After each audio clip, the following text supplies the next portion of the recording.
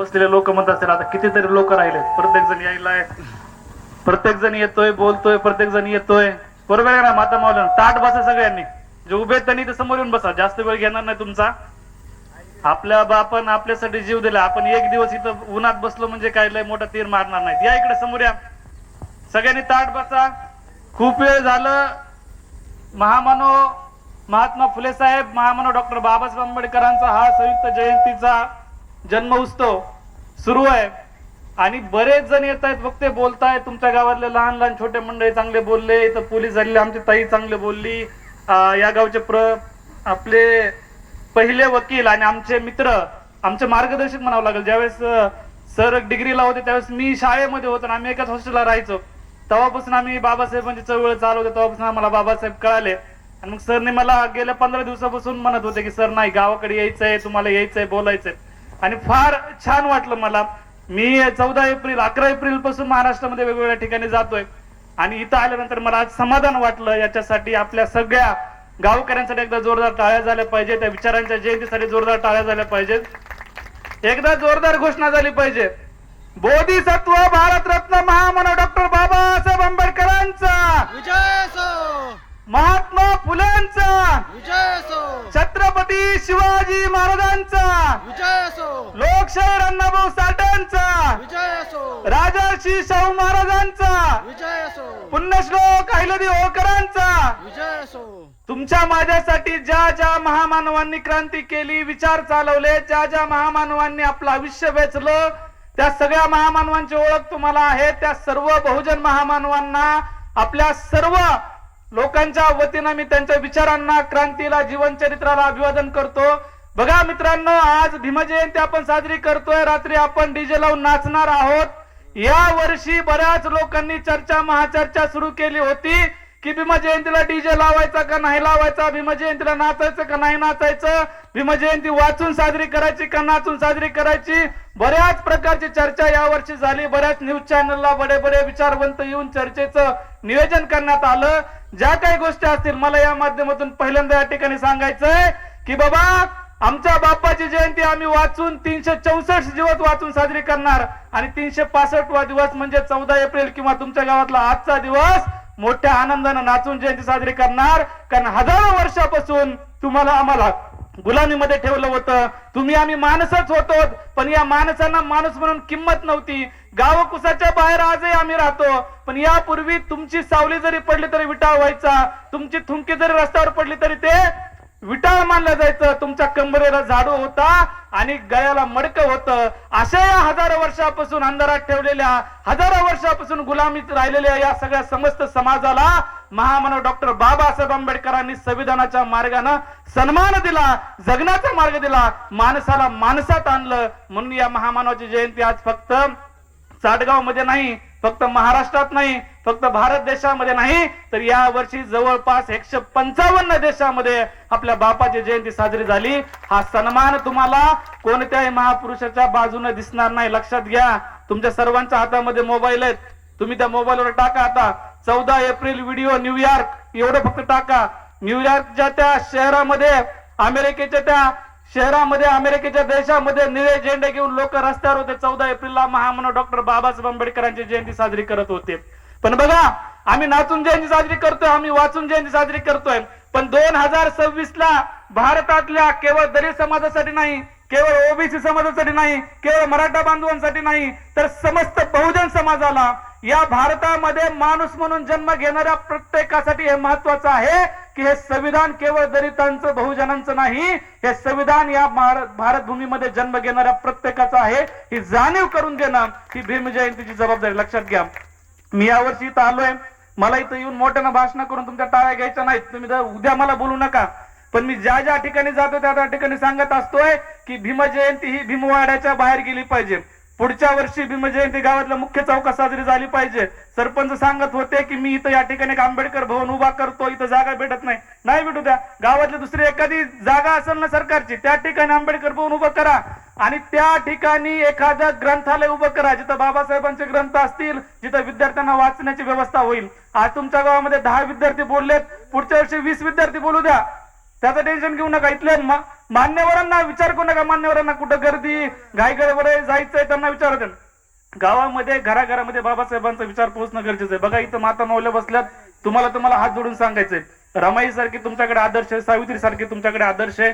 फुले साहेबांनी आधी आपल्या बायकोला शिकवलं, आमच्या सावित्री शिकल्या, म्हणून 1848 ला पुण्यामध्ये मुलींना शिकवल्यामुळं आज भारतातल्याच नाही तर जगातल्या हजारो करोडो महिला पोलीस व्हायल्यात, राष्ट्रपती व्हायल्यात, कलेक्टर व्हायल्यात. हे उपकार सावित्रींचे आणि आमच्या ज्योतिबांचे आहेत. या सावित्री ज्योतिबांनी जर अंगावर दगड घेतले नसते, शेण घेतलं नसतं, शिव्याशाप घेतला नसता लोकांचा, तर हे शक्य झालं नसतं. मुली घराबाहेर निघाल्या नसत्या. तुम्हाला घराबाहेर निघण्याचा अधिकार नव्हता, फक्त चूल आणि मूल एवढाच अधिकार होता. डोक्यावर मोठा पदर घ्यायचा, मंदिराकडे बघायचं नाही, धर्मग्रंथाकडे बघायचं नाही, एवढ्या चालीरीतीतून तुम्ही जायचं. जर नवरा वारला तर लगेच पेटलेला चितर उडी मारायची आणि जीव द्यायचा. अशा भयंकर परिस्थितीमधल्या समाजाला, या महिलांना तुम्हाला बाबासाहेब आंबेडकरांनी न्याय अधिकार दिलाय. बघा अमेरिकेला तुम्ही प्रगत देश समजता, जर्मनी तुम्ही प्रगत देश समजता, फ्रान्स प्रगत देश समजता, जपानला तुम्ही प्रगत देश समजता. या देशाचा इतिहास बघा जरा. या देशातल्या बायांना, महिलांना रस्त्यावर येऊन भांडावं लागलं, आम्हालाही मतदानाचा अधिकार द्या, आम्हालाही पुरुषाच्या बरोबर अधिकार द्या. पण भारतातली एक बाई सुद्धा रस्त्यावर आले नाही. आमचा बाप डॉक्टर बाबासाहेब आंबेडकरांनी संविधानामध्ये महिला आणि पुरुष एका झटक्यात समान मतदानाचा अधिकार दिला. आणि ही समानता हजारो वर्षापासून कुणाला देता आली नाही, ती दिली. म्हणून उगाच नाही हो. कोलंबिया विद्यापीठ त्याला 300 वर्ष व्हायलेत. आज कोलंबिया विद्यापीठ हे अमेरिकेतलं विद्यापीठ आहे. त्या विद्यापीठानं डॉक्टर बाबासाहेब आंबेडकरांचं एक पुस्तक प्रकाशित केलंय, वेटिंग फॉर अ विजा. बाबासाहेबांनी स्वतः लिहिलेलं पुस्तक आहे. बाबासाहेबांची आत्मकथा असं त्यांना म्हटलं जातं. त्या आत्मकथेमध्ये बाबासाहेब लिहितात, मी ज्यावेळेस शाळेत जात होतो त्यावेळेस मला पाणी देण्यासाठी एक वेगळा माठ ठेवलेला जायचा आणि त्या माठातून डायरेक्ट मला हात घालून पाणी पिता येत नव्हतं. एक चपराशी मला ते पाणी द्यायचा. ज्या दिवशी चपराशी यायचा नाही त्या दिवशी मला पाणी सुद्धा मिळायचं नाही. नो पिऊन नो वॉटर असं स्वतः बाबासाहेब आंबेडकरांनी लिहिलेले. बरेच लोक आता मी भीम जयंतीला बोलतात तर काय म्हणतात, आता कुठं राहिलंय का, आता कुठं कुणाच्या कमरेला झाडू आहे, आता कुठं कुणाच्या गळ्याला मडक आहे, आता कुठं ती परिस्थिती, असं म्हणतात. पण स्वतः महामानव डॉक्टर बाबासाहेब आंबेडकरांना हे सोसावं लागलं. जर शाळेमध्ये चपराशी आला नाही तर दिवसभर आमच्या बाबासाहेबांना पाणी मिळायचं नाही. तुम्ही इथं बोलताना सांगितलं स्वतःच्या पोटची 4 लेकरं मेली तरी बाबासाहेबांनी त्याकडे लक्ष दिलं नाही. लक्षात घ्या, संत गाडगेबाबांचं तुम्ही नाव ऐकलं असेल. ते जर देवधर्माचं सांगत असते, ते जर प्रवचन करत असते, गाडी बिडीत फिरत असते, त्यांचा फोटो आज घराघरात असता. पण गाडगेबाबाला तुम्ही विसरलात, त्यांचा फोटो तुम्ही लावत नाहीत. हे गाडगेबाबा ज्यावेळेस कीर्तन करायचे त्यावेळेस सांगायचे या देशाचा उद्धार करणारा तो सगळ्यांचा बाप महामानव डॉक्टर बाबासाहेब आंबेडकर आहेत, त्यांना देव माना, त्यांच्या पाया पडा, तुम्ही माझ्या पाया पडू नका, असं कीर्तनात सांगणारे गाडगे बाबा होते. या गाडगे बाबांचं पोरग ज्यावेळेस मेलं त्यावेळेस ते रडले नाहीत. लोक म्हणाले बाबा तुमचं पोरग मेलंय, तुम्ही जावा. गाडगे बाबा रस्ते साफ करायले होते, लोकांना सांगायले होते स्वच्छता राखा, लोकांना सांगायला होते चांगलं जगा, लोकांना सांगायला होते तुमच्या लेकरांना शिकवा. पण बाबासाहेब मेल्यानंतर गाडगे बाबा असे 10 मुकडून रडले होते. एवढं रडायला होते की लोक म्हणले काय झालं, ते म्हणले तुमच्या लक्षात येणार नाही या देशाचं किती मोठं नुकसान झालं, या देशाचा खरा उद्धार करता या देशातून गेलाय. हे महत्व बाबासाहेबांचं लक्षात घ्या. राजर्षी शाहू महाराजांसारखा एवढा मोठा राजा, एवढा मोठा समाजातला राजा, या राजर्षी शाहू महाराजांचा फोटो आज इथल्या बहुजनांच्या घरामध्ये दिसत नाही का? कारण त्यांनी बाबासाहेब आंबेडकरांना मदत केली आहे. या शाहू महाराजांनी पहिल्यांदा बाबासाहेबांना प्रदेशात जाण्यासाठी मदत केली. मुकनायक नावाचं एक वृत्तपत्र पेपर बाबासाहेबांनी सुरू केला. ते सुरू करताना राजर्षी शाहू महाराजांनी मदत केली. माणगाव नावाचं एक गाव आहे, तिथं माणगाव परिषद झाली होती. त्या परिषदेमध्ये बोलताना राजर्षी शाहू महाराज म्हणाले होते, इथं उपस्थित असलेल्या बहुजन समाजाचं मी अभिनंदन करतो की त्यांनी बाबासाहेब आंबेडकरांना आपला पुढारी मानलंय. माझा शब्द आहे, येणाऱ्या काळात बाबासाहेब आंबेडकर हा जो पुढारी आहे तुमचा, या देशाचं भलं केल्याशिवाय राहणार नाही, असं माणगाव परिषदेमध्ये राजर्षी शाहू महाराज म्हणाले होते. एवढा मोठा हा राजा बाबासाहेबांच्या पाठीशी खंबीरपणे उभा राहिला. या राजाची जाणीव तुम्हाला आम्हाला ठेवावी लागेल, याचा फोटो तुम्हाला घराघरामध्ये लावावा लागेल. ही भीमजयंती साजरी करण्याची पद्धत बघा, लक्षात घ्या. भीमजयंती आली म्हणजे आमच्या भीमवाड्यामधल्या घरांना कलर आला. भीमजयंती आली म्हणजे आमच्या भीमवाड्यातल्या सगळ्या घरातल्या बायांनी पांढऱ्या चांगल्या साड्या घातल्या, नवीन साड्या घातल्या, सगळ्यांनी नवीन कपडे घेतले. भीमजयंती आली की आमच्या भीमवाड्यामध्ये गर्जना होते, गाणे वाजतायत. एवढंच नाही, गावातल्या प्रत्येक घराघरामध्ये आनंद साजरा झाला पाहिजे. आज इथं ओबीसी समाजाचा सरपंच झालाय, हे बाबासाहेबांमुळे झालंय. आज उपमुख्यमंत्री इथं ताई सांगत होते, आमची पोलीस झाली ताई म्हणत होते की उपमुख्यमंत्री पदाची शपथ घेतली आजीदादाच्या बायकोनं. जर मनुस्मृतीचं सरकार असतं तर आजीदादाची जी पेटवलेली चिता आहे त्याच्यावर उडी देऊन जीव द्यावा लागला असता. पण तिनं उपमुख्यमंत्री पदाची शपथ घेतली. ही ताकद संविधानाची, ही ताकद तुमच्या आमच्या लक्षात आली पाहिजे. नामदेव ढसाळ नावाचे एक कवी या महाराष्ट्राच्या भूमीमध्ये जन्मून मेले. त्यांनी घराघरामध्ये आंबेडकरवाद पसरवण्यासाठी चांगल्या प्रकारचं विचाराचं प्रबोधन केलं. या नामदेव ढसाळने एका ठिकाणी म्हटलं होतं, इथं बसलेल्या माझ्या माता मौल्यांना सांगायचंय, समाजाला सांगायचंय, आज आमचे जे काही आहे ते सारे तुझेच आहे. बाबासाहेब आंबेडकरांना उद्देशून त्यांनी म्हटलं होतं, बाबा आज आमचे जे काही आहे ते सारे तुझेच आहे. हे शब्द आणि जीभ, हे जगणं आणि मरणं, हे जीवन आणि वास्तव, सारी पुण्याई तुझीच आहे बाबा, सारी पुण्याई तुझीच आहे, असं नामदेव ढसाळने त्याच्यामध्ये म्हटलं होतं. म्हणून आज तुमची 2 मजली माडी, तुमची 4 चाकी गाडी, तुमच्या अंगावरची चकचकीत साडी, याचं श्रेय कुणाला जातं? आपण खातो त्या भाकरीवर बाबासाहेबांची सही आहे र. हे सगळं समजले आम्हाला. शिका संघटित व संघर्ष करा, हे सगळं समजले आम्हाला. बाबासाहेबांनी सांगितलं होतं, जा तुमच्या घराच्या भिंतीवर लिहून ठेवा, तुम्हाला या देशातल्या जमात करती जमात व्हायचे, राज्य करती जमात व्हायचे, हे सगळं समजले आम्हाला. पण आज काय होते? संविधानाची मोडतोड होते, संविधानावर हल्ले होत आहेत, संविधानाचा मोडून तोडून विचार तुमच्या घरापर्यंत पोहोचवला जात आहे. तुमच्या 2 जातीमध्ये भांडण लावले जातात, धर्मामध्ये भांडण लावले जातात. याकडे तुमच्या आमच्या समाजाचं लक्ष नाही.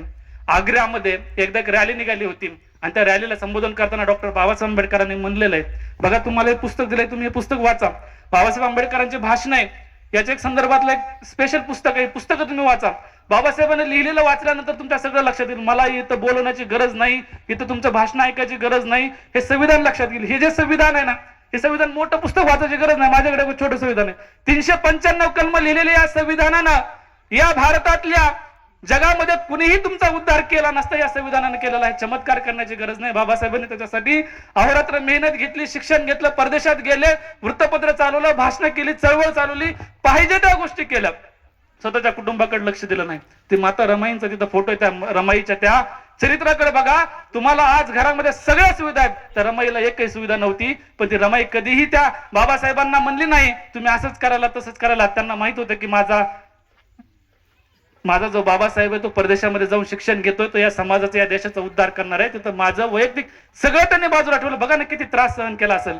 या त्रास सहन केल्याचा तुम्हाला आम्हाला जाणीव राहील नाही. त्याच्यामुळे आज भीमजयंती साजरी करताना सगळ्या गोष्टी करा, पण एक जाणीव तुम्हाला आम्हाला घ्यायची, एक जबाबदारी तुम्हाला आम्हाला घ्यायची. काय जबाबदारी घ्यायची आहे? तर भारत देशाचं संविधान वर जे होणारे हल्ले आहेत, भारत देशाचं संविधान मोडून तोडून काढण्याचा जो प्रकार या देशामध्ये चालू आहे, भारतीय संविधानासाठी एक चळवळ तुम्हाला आम्हाला उभी करावी लागेल. आणि ज्या वेळेस अशी परिस्थिती येईल की कुणी संविधानाकडे वाकड्या नजरेनं बघेल, त्यावेळेस तुमच्या आमची छाती पहिल्यांदा गोळी झेलण्यासाठी तयार ठेवावी लागेल, तर संविधानाचं संरक्षण होईल. बघा लक्षात घ्या, तलवारी घेऊन आता युद्ध करायचं नाहीये, काट्या घेऊन युद्ध करायचं नाहीये. ही विचारांची लढाई आहे. ही विचारांची लढाई तुम्हाला आम्हाला समजली पाहिजे. तर बसलेल्या माता मौल्यांना सांगायचे, टीव्हीवरची एक मालिका कमी बघा.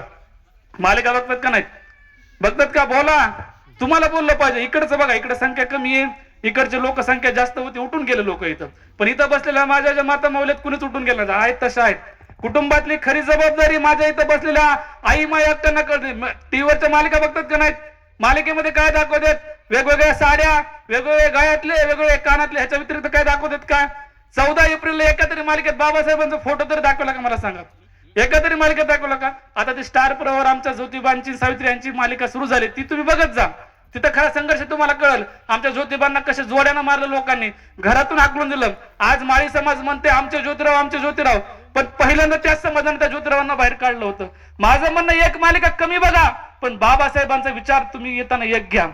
हे सर सांगत होते ना, भीमा तुझ्या मताचे जर 4 लोक असते, तलवारीच्या तळ्याच्या न्याऱ्याचे टोक असते, वाणी तर भीमा आहे, करणी तर भीमा असता, वर्तन तुझ्या पिलांचे साऱ्याचे चोख असते. भीमा वर्तन तुझ्या पिलांचे साऱ्याचे चोख असते, असं वामन दादा कशामुळे म्हणाले होते? वामन दादाचं म्हणणं होतं, बाबासाहेबांचा विचार समजण्यासाठी हजारो लाखोंची गर्दी नकोय, बाबासाहेबांचा विचार समजण्यासाठी गावातल्या सगळ्या लोकांची आवश्यकता नाहीये.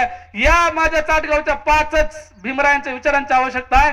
ज्या लोकांना खरा बाबासाहेबांचा विचार कळला, ज्या लोकांना खरं संविधान कळालंय, ज्या लोकांना खरा बाबासाहेबांचा त्याग कळालाय, ज्या लोकांना खरं रमाईचा त्याग कळालाय, या 5च लोकांची गरज आहे. हजारोंची आणि लाखोंची गर्दी नकोय. बाबासाहेबांसोबत प्रामाणिक असणाऱ्या 5च लोकांची गरज आहे. बघा एका ठिकाणी बाबासाहेब म्हणाले होते, आरक्षणामुळे माझ्या समाजाचा विकास तर झालाय, पण ज्या लोकांचा विकास झालाय ते एवढे पुढे निघून गेलेत की समाजाकडे पाठीमागे वळून बघायला तयार नाही. ते स्वतः बाबासाहेब म्हणाले होते. तुम्ही वाचा, मोबाईल आहे तुमच्या हातामध्ये. आजही तीच परिस्थिती आहे. तुमच्या समाजामध्ये ज्यांचा आरक्षणामुळे लाभ झालाय, फायदा झालाय, विकास झालाय, ते लोक गाव कुसाच्या बाहेर कुठेतरी निघून गेलेत. आजही पिछलेले या समाजाला तुम्ही मागे वळून पाहताना गरज नाही. आणि ही जबाबदारी फक्त महार जातीतल्या लोकांची नाहीये, लक्षात घ्या. ही जबाबदारी फक्त दलितांची नाहीये. पुढच्या वर्षी 14 एप्रिलला गावाच्या मुख्य चौकामध्ये भीमजयंती साजरी करून सांगावं लागेल, अरे गावातल्या बहुजन समाजाला सांगावं लागेल, तुमचा उद्धार करणारा देव मंदिरातला देव नाहीये, तुमचा उद्धार करणारा संविधानातला डॉक्टर बाबासाहेब आंबेडकर आहे.